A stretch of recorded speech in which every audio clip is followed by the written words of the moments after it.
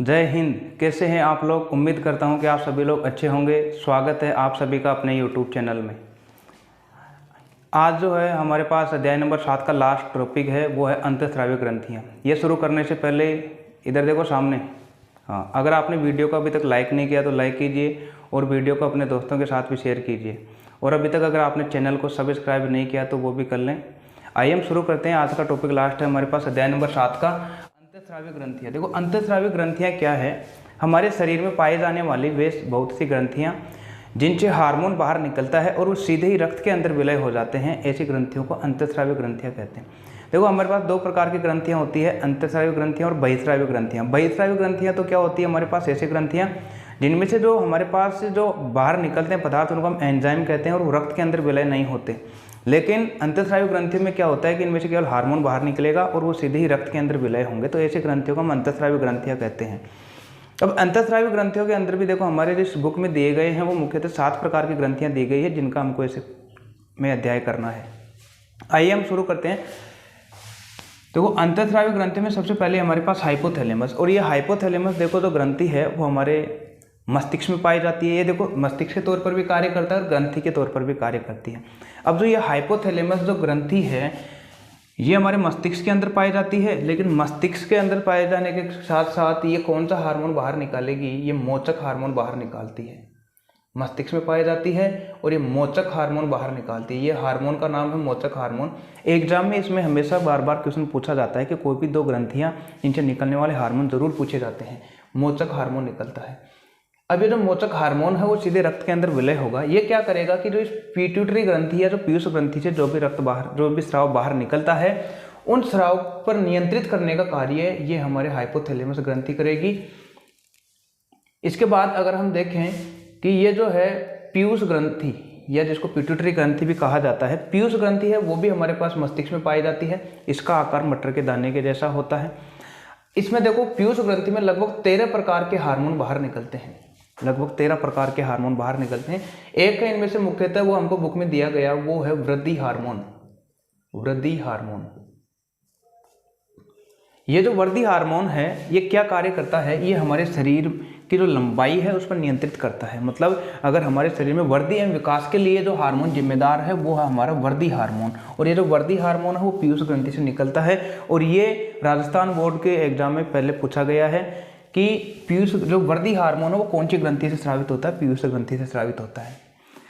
अब ये देखो जो पीयूष ग्रंथि है ये क्या कार्य करता है? ये हमारे शरीर के अंदर जितने भी अंतःस्रावी ग्रंथियों से निकलने वाले हार्मोन हैं उन सभी का कंट्रोल पीयूष ग्रंथि करता है। मतलब ये एक मास्टर के तौर पर कार्य करती है, इसलिए इस पीयूष ग्रंथि को मास्टर ग्रंथि भी कहते हैं। लेकिन हाइपोथैलेमस जो है वो इस बाकी जो ग्रंथियां हैं इन पर तो कंट्रोल करता ही, इसके साथ ही पीयूष ग्रंथि पर और कंट्रोल करता है। इसलिए इसे हम हाइपोथैलेमस को कहते हैं master of master, super master ग्रंथि। सुपर मास्टर ग्रंथि इसलिए कहते हैं कि ये बाकी ग्रंथियों के साथ साथ पीयूष ग्रंथि पर भी ये कंट्रोल खुद करेगा हाइपोथैलेमस, इसलिए इसको सुपर मास्टर ग्रंथि भी कह देते हैं। तो पीयूष ग्रंथि से निकलने वाला वृद्धि हार्मोन है ये हमारे वृद्धि का नियमन करता है और हमें हमारे वृद्धि जो लंबाई है शरीर की उस पर कंट्रोल करता है। फिर है हमारे पास थायराइड ग्रंथि। ये थायराइड जो ग्रंथि है इसका दूसरा नाम है ऑटो ग्रंथि भी कहा जाता है। अच्छा, ये कहाँ पर स्थित होती है? ये हमारे गर्दन में स्थित होती है, गर्दन के अंदर। तो ये हमारे पास गर्दन के अंदर स्थित होती है। अच्छा, गर्दन में भी कहाँ? जो हमारे पास ये जो श्वास नली है इसके दोनों ओर पाई जाती है एच शेप की आकृति में। ये हमारी पाई जाती है एच शेप की आकृति में, यानी कि यहाँ पर देखो थायराइड ग्रंथि एच शेप की आकृति में पाई जाती है।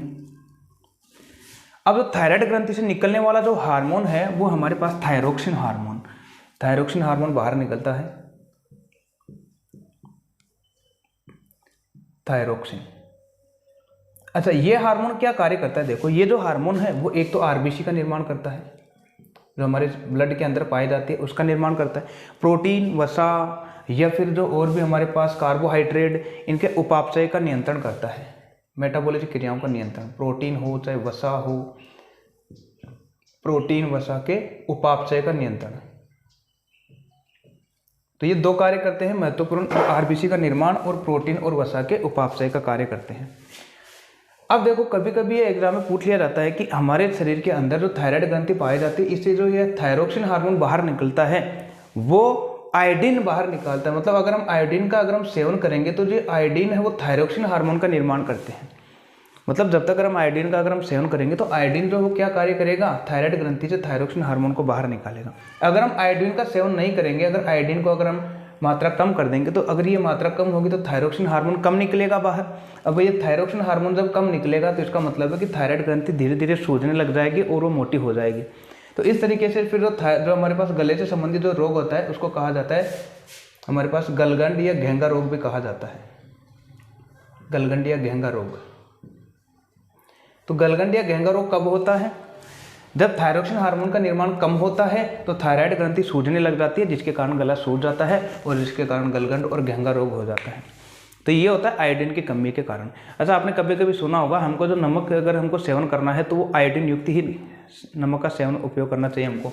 तो अब आयोडीन युक्त नमक हमको क्यों सेवन करना चाहिए, क्योंकि जो आयोडीन है वो इस थायरोक्सिन हार्मोन का निर्माण करेगा और जिसके कारण थायराइड ग्रंथि बराबर काम करती रहेगी। अगर आयोडीन अगर उसमें नहीं होगा, आयोडीन का अगर हम सेवन नहीं करते हैं तो थायराइड ग्रंथि से थायरोक्सिन हार्मोन का निर्माण नहीं होगा, जिसके कारण ये सूज जाएगी, सूजने के कारण हमको गलगंड और घेंगा रोग हो जाएगा। और इसका प्रमुख कार्य है आरबीसी का निर्माण करना, प्रोटीन और वसा के उपापचय का कार्य करना है, इन पर कंट्रोल करना है। फिर हमारे पास एड्रिनल या अधिवक्र ग्रंथि, एड्रिनल ग्रंथि को हम अधिवक्र भी कहते हैं। ये कहाँ स्थित होती है, ये हमारी किडनी के ऊपर स्थित होती है, जिसको वृक्क भी बोलते हैं, किडनी या वृक्क।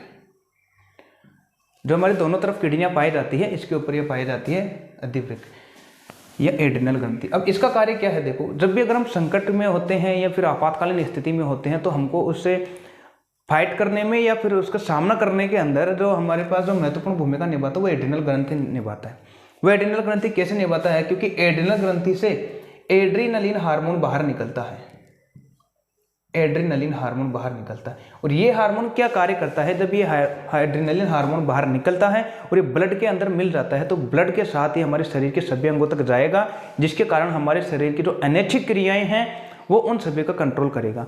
जैसे हृदय की धड़कन है उसको बढ़ा देगा, रक्त दाब है या बीपी है उसको भी कंट्रोल करेगा।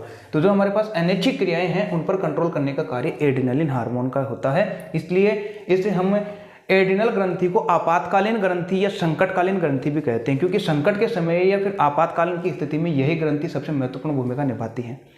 आप इसको ऐसे मान सकते हो कि आप कहीं रास्ते में जा रहे हो और आपके पीछे अगर एक कुत्ता पड़ जाता है और जैसे अगर आपके पीछे कुत्ता पड़ा तो आप वहां से दौड़ना स्टार्ट कर देते हैं, तो इसका मतलब है वो संकट आ गए आप पर। तो संकट आने के कारण अब एड्रिनल ग्रंथि से ये जो हार्मोन बाहर निकलेगा एड्रिनल, वो क्या कार्य करेगा, बहुत स्पीड से जब जाएगा तो धड़कन की स्पीड को बढ़ा देगा, हृदय की धड़कन बढ़ जाएगी। हृदय की धड़कन जब बढ़ेगी तो उसके साथ हार्मोन सभी भागों तक जाएंगे, वो आपको उस परिस्थिति का सामना करने के लिए प्रेरित करेगा।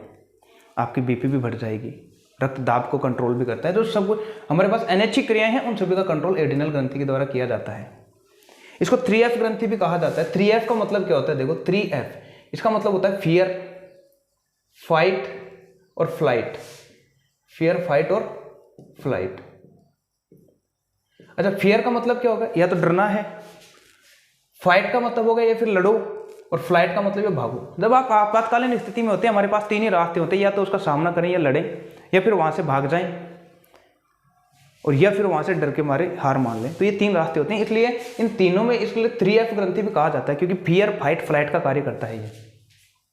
अगले हमारे पास अग्नाशय ग्रंथि। देखो अग्नाशय जो ग्रंथि है वो अंतःस्रावी ग्रंथि और बहिःस्रावी ग्रंथि दोनों है, इसलिए कई बार पूछ लिया जाता है कि एक मिश्रित ग्रंथि का नाम बताइए। मिश्रित ग्रंथि का नाम होता है अग्नाशय ग्रंथि। मिश्रित ग्रंथि का मतलब हो गया ऐसी ग्रंथि जो अंतःस्रावी ग्रंथि और बहिःस्रावी ग्रंथि दोनों के तौर पर कार्य करे।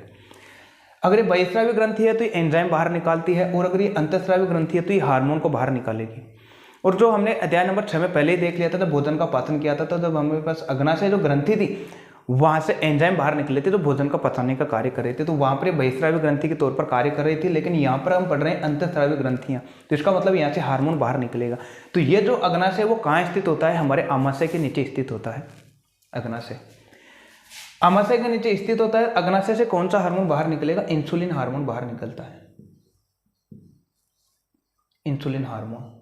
अच्छा, ये जो इंसुलिन हार्मोन जो बाहर निकलता है ये क्या कार्य करता है, देखो ये हमारे शरीर के अंदर जो ब्लड होता है, ब्लड के अंदर जो शर्करा होती है उसकी मात्रा को नियंत्रित करता है, शुगर की मात्रा को नियंत्रित करता है। रक्त के अंदर ये जो शर्करा है उसकी मात्रा को कंट्रोल करेगा।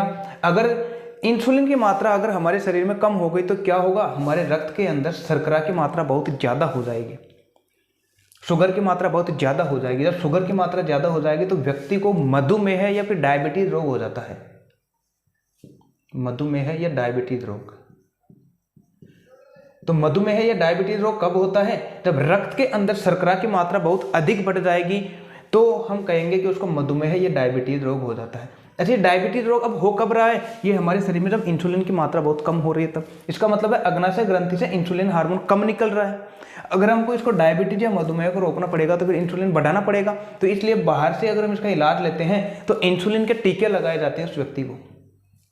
इलाज के लिए इंसुलिन के टीके लगाए जाते हैं। तो कई बार ये पूछा जाता है कि मधुमेह इलाज के लिए कौन से टीके लगाए जाते हैं? इंसुलिन के टीके, क्योंकि जैसे ये इंसुलिन अंदर जाएगा ये रक्त में उपस्थित शर्करा की मात्रा को कम करेगा।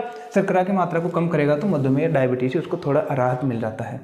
तो अग्नाशय ग्रंथि से यह जो हमारे आमाशय के नीचे पाई जाती है, इससे इंसुलिन हार्मोन निकलता है। इंसुलिन हार्मोन क्या कार्य करेगा? रक्त में उपस्थित शर्करा की मात्रा को नियंत्रित करेगा। और अगर शर्करा की मात्रा बढ़ जाती है इसका मतलब इंसुलिन हार्मोन की कमी हो गई, जिसके कारण व्यक्ति को मधुमेह या डायबिटीज रोग हो जाता है। अगर इस रोग से हमको निजात पाना है तो इसके लिए हमको बाहर से इंसुलिन के टीके लगाने पड़ेंगे। इंसुलिन के टीके लगते ही जब ये इंसुलिन अंदर जाएगा तो रक्त में उपस्थित शर्करा की मात्रा को कम कर देगा। आइए हम एक और देखते हैं, वर्षण। अब ये जो वर्षण है वो सिर्फ पुरुषों के अंदर पाए जाते हैं। वर्षण जो है वो पुरुषों के अंदर पाए जाते हैं। अच्छा, ये जो वर्षण जो है पुरुषों के अंदर पाए जाते हैं, इनसे हार्मोन निकलता है। वो हार्मोन कौन सा निकलता है? टेस्टोस्टेरोन। और ये ध्यान रखना है, दो काफ़ी इंपॉर्टेंट क्वेश्चन है, इनमें से आपको एग्जाम में एक जरूर देखने को मिलेगा कि वर्षण से कौन सा हार्मोन बाहर निकलता है? टेस्टोस्टेरोन। अच्छा, इसका प्रमुख कार्य क्या है टेस्टोस्टेरोन हार्मोन का? इसका प्रमुख कार्य ये है कि हमारे अंदर जो भी यौनारंभ में जब हम युवावस्था में प्रवेश करते हैं तो हमारे शरीर के अंदर जितने भी परिवर्तन आते हैं उन सभी पर कंट्रोल जो करता है वो टेस्टोस्टेरोन हार्मोन करता है। आवाज़ का भारीपन होना देख लो, हमारे जो श्रोणि मेखला उसका कम होना देख लो, हमारे शरीर का वृद्धि देख लो, विकास देख लो, कंधे का विस्तार देख लो, ये जो परिवर्तन हो रहे हैं, दाढ़ी मूंछ का आना, ये जो परिवर्तन हो रहे हैं, इन सभी पर जो कंट्रोल करता है वो टेस्टोस्टेरोन हार्मोन करता है। और ये पाए जाते हैं सिर्फ पुरुषों के अंदर। एक और है लास्ट हमारे पास अंडाशय। अंडाशय जो है वो सिर्फ केवल महिलाओं में पाया जाता है। महिलाओं में इन अंडाशय से दो प्रकार के हार्मोन निकलते हैं, वो है हमारे पास एस्ट्रोजन और प्रोजेस्टेरोन। एस्ट्रोजन और प्रोजेस्टेरोन इन दोनों का भी अलग अलग कार्य देखो। एस्ट्रोजन क्या कार्य करता है? एस्ट्रोजन महिलाओं की सुंदरता को बढ़ाने का कार्य करते हैं। अगर ये हार्मोन ज़्यादा निकलेगा तो उसकी सुंदरता बढ़ती जाएगी। प्रोजेस्टेरोन का भी यही कार्य है। अब देखो, ये जो है एस्ट्रोजन और प्रोजेस्टेरोन, इनका एक कार्य और भी है कि जो उनका जो पीरियडिक जो टाइम होता है वो उनका दौरान करता रहता है एक निश्चित समय पर, और उनका नियंत्रण भी करता है। जो भी उनको मासिक चक्र पर जो नियंत्रण है वो करता है, और वो करता है आपका एस्ट्रोजन या प्रोजेस्टेरोन। और उसमें भी जो किशोरावस्था के अंदर या फिर युवावस्था में जब प्रवेश करते हैं तो उनमें जो शारीरिक परिवर्तन होता है उन सभी पर कंट्रोल वो एस्ट्रोजन और प्रोजेस्टेरोन हार्मोन के द्वारा किया जाता है। इस तरीके से हमारे पास अंतःस्रावी ग्रंथियाँ 7 पूरी हो गई, और इनमें से एग्जाम में ज़रूर पूछा भी जाएगा। इस तरीके से हमारा जो अध्याय नंबर 7 है वो खत्म हुआ। आप कमेंट करके बताना इसके बाद हम कौन सा अध्याय शुरू करें। अगर आपको वीडियो अच्छा लगे तो इसे लाइक ज़रूर करना, और अपने दोस्तों के साथ भी इसे शेयर ज़रूर कीजिएगा। और अगर आपने अभी तक चैनल को सब्सक्राइब नहीं किया तो सब्सक्राइब भी कर लें। तब तक के लिए धन्यवाद।